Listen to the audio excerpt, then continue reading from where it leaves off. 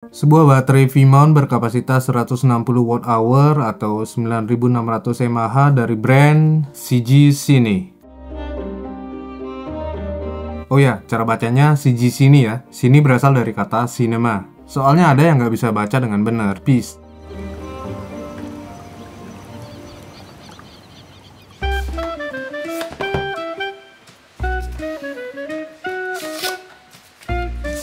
Ini dia unit utamanya, CG V160. Perpaduan warna hitam dan oranye khas produk CG Cine. Di bagian atas ada sebuah D-Type port dan sebuah Type-C power out. D-Type port kedua ada di bagian kanan. Dan sebuah port Type-C power in dan out di bagian kiri. Kalau ngecharge harus lewat port samping ini. Nah, di bagian belakangnya tentunya ada V-shape lock dan BP input sekaligus output. Dan dapat sebuah kabel Type-C di kedua ujungnya, udah braided juga, dan terdapat aksen warna hitam dan oranye kayak unit V-mount baterainya.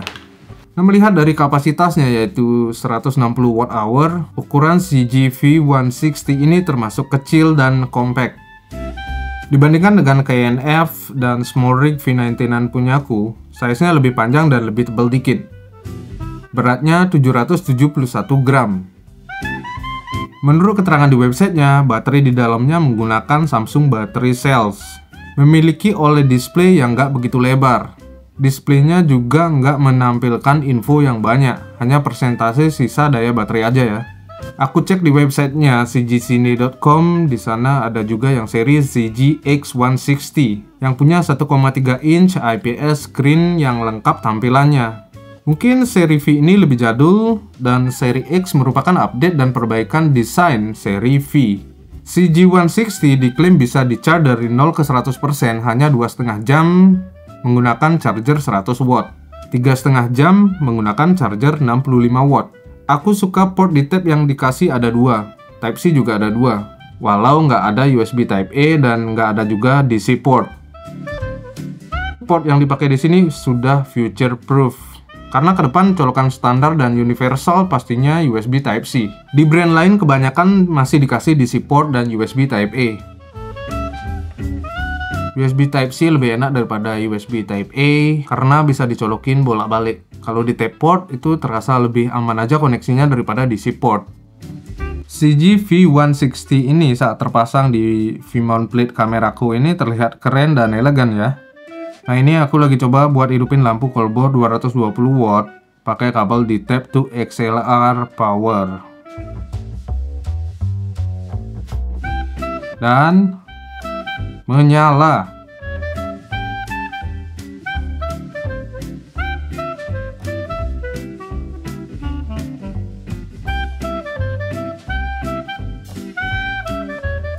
Terus aku coba buat charge MacBookku barengan dengan HP-ku.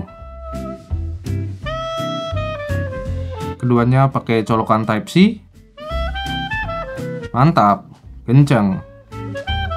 Saat video ini dibuat, CG V160 ini harganya di 3,5 jutaan. Buat yang pengen beli, linknya ada di bawah. Apa sih beda V-mount dengan powerbank? Kenapa nggak pakai powerbank aja, kan lebih murah? Poin yang pertama, jumlah perangkat yang akan diberi daya. V-mount bisa ngasih daya ke banyak device, misalnya ngasih daya utama ke kamera dan juga beberapa aksesoris lainnya seperti film monitor, wireless video transmitter, wireless full focus motor, dan lain sebagainya secara bersamaan dengan voltase yang spesifik. Kalau powerbank buat ngasih daya ke satu perangkat aja masih bisa, misalnya buat kamera aja, atau buat monitor aja. Beberapa powerbank ada yang bisa ngasih daya ke lebih dari satu device secara bersamaan, cuma biasanya agak ngedrop, keluaran dayanya kurang maksimal. Saat dipasang cabut salah satu colokan USB-nya, biasanya semua terputus dulu lalu nyambung lagi, kayak reconnecting gitu.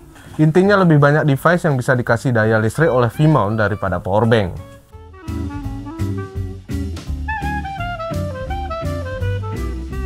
Poin kedua yaitu kapasitas. Saat memilih antara baterai V-mount dan powerbank, penting untuk memilih watt per hour atau WH daripada milih mAh atau mAh. Powerbank 20.000 mAh biasanya menawarkan sekitar 100 Wh. Tapi kapasitas sebenarnya dari powerbank ini mungkin dilebih-lebihkan dan bisa jadi 95 Wh atau lebih rendah lagi. Nah, baterai VMON biasanya dinilai karena voltase outputnya yang lebih tinggi, mulai dari 14,4 volt ke atas, yang memberikan daya yang lebih stabil meskipun menunjukkan mAh yang lebih rendah. Powerbank emang lebih murah, tapi saat dipakai biasanya lebih cepat habis daripada baterai VMON.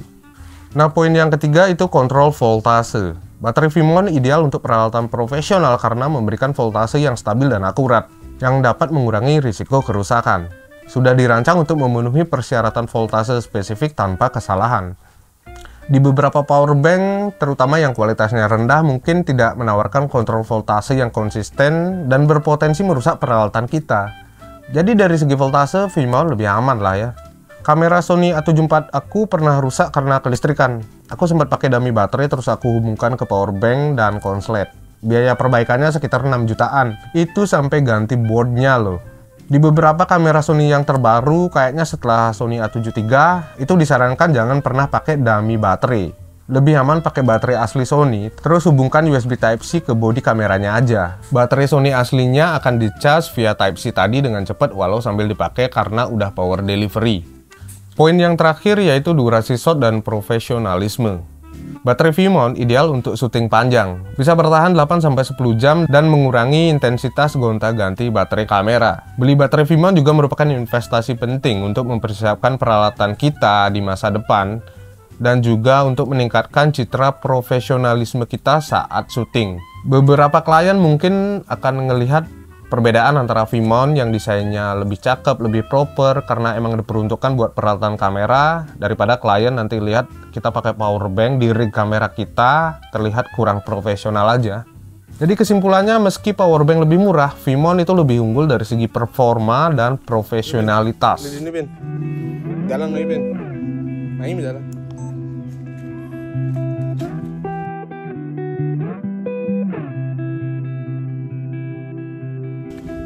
Running low on the borderline,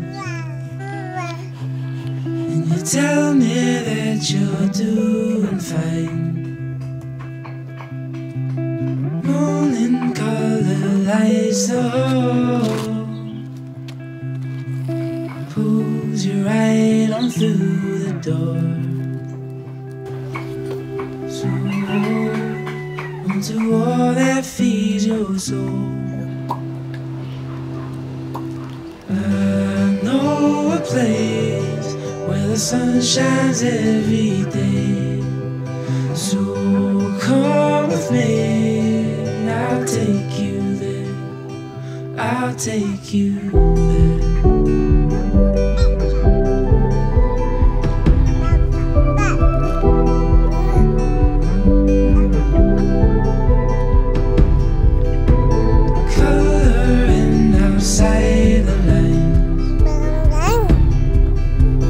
Tell me you're just passing by,